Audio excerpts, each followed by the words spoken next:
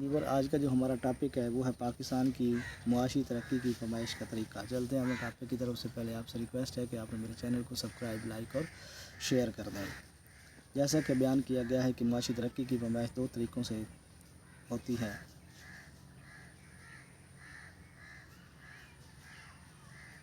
پاکستان میں اقتصادی ترقی کی پیمائش کے لیے انہیں دونوں طریقوں کو اختیار کیا جاتا ہے، چونکہ معاشی ترقی کا براہ راست تعلق قومی آمدنی سے ہوتا ہے، اس لیے قومی آمدنی ہی معاشی ترقی کا مظہر بنتی ہے۔ لہٰذا ہم معاشی ترقی کی پیمائش کے لیے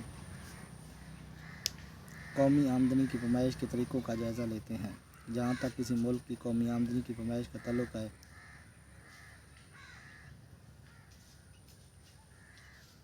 عام طور پر قومی آمدنی کی پیمائش تین طریقوں سے ہوتی ہے: پیداوار کا مجموعہ، آمدنیوں کا مجموعہ، کل خرچ کا طریقہ۔ پہلے طریقے کے مطابق ملک میں سال بھر کے دوران پیدا ہونے والی اشیاء و خدمات کو جمع کر لیا جاتا ہے۔ اس طریقے سے سال بھر کے دوران پیدا ہونے والی اشیاء اور خدمات کے مجموعے میں سے مداخل کی مالیت کو منا کر دیا جاتا ہے۔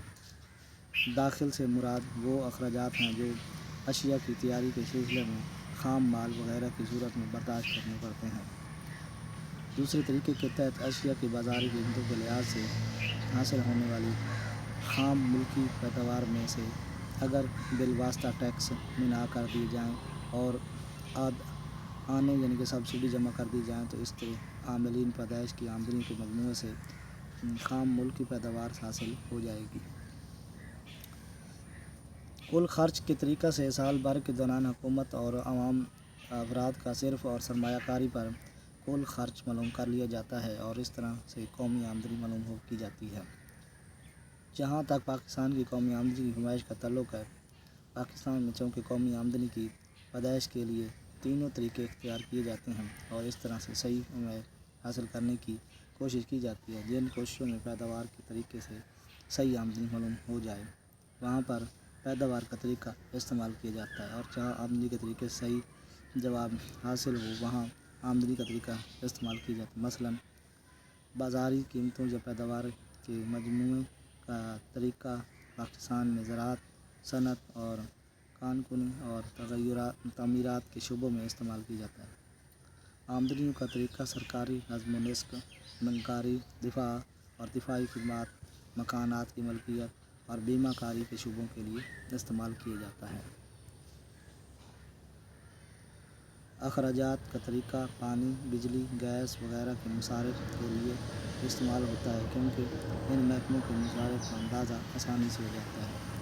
جہاں تک پاکستان کی قومی آمدنی کا تعلق ہے، اس کی پیمائش جاری قیمتوں پر اور 1959 اور 60 کی ساکن قیمتوں کو بنیاد بنا کر کی جاتی تھی۔ 1959 اور 60 کی ساکن قیمتوں کے مطابق اعداد و شمار کافی کم نظر آتے ہیں، لیکن وہ معیشت کی صحیح طور پر پیش کرتے ہیں۔ اس کے برعکس جاری قیمتوں پر اعداد و شمار خاصے نظر آتے ہیں۔ اس کی وجہ یہ ہے کہ 1959 اور 60 کے بعد ملک میں افراط زر کا خاصا زور رہا ہے۔ پاکستان نے 1960 سے ہی مؤثر منصوبہ بندی شروع کی تھی، اس کے بعد بھی ملک کے حالات میں اس طرح سے تبدیلی آتی رہی کہ قیمتوں میں اضافے کا رجحان بڑھتا گیا۔ اگر ہم قومی آمدنی کے اعداد و شمار کا جائزہ لیں تو ہم دیکھتے ہیں کہ پاکستان کی قومی آمدنی میں بتدریج اضافہ ہو رہا ہے۔ اس کا مطلب یہ ہے کہ ملک میں معاشی ترقی ہو رہی ہے، اور اس کی وضاحت ہم درج ذیل گوشوارے سے کرتے ہیں، جو کہ 1999 سے 2000 میں اختیار کیے گئے۔ فی کس آمدنی کا طریقہ۔ اگر ہم فی کس آمدنی کے طریقے کے تحت پاکستان کی معاشی ترقی کی پیمائش کریں تو ہم دیکھتے ہیں کہ پاکستان کی فی کس آمدنی میں بتدریج اضافہ ہوا ہے۔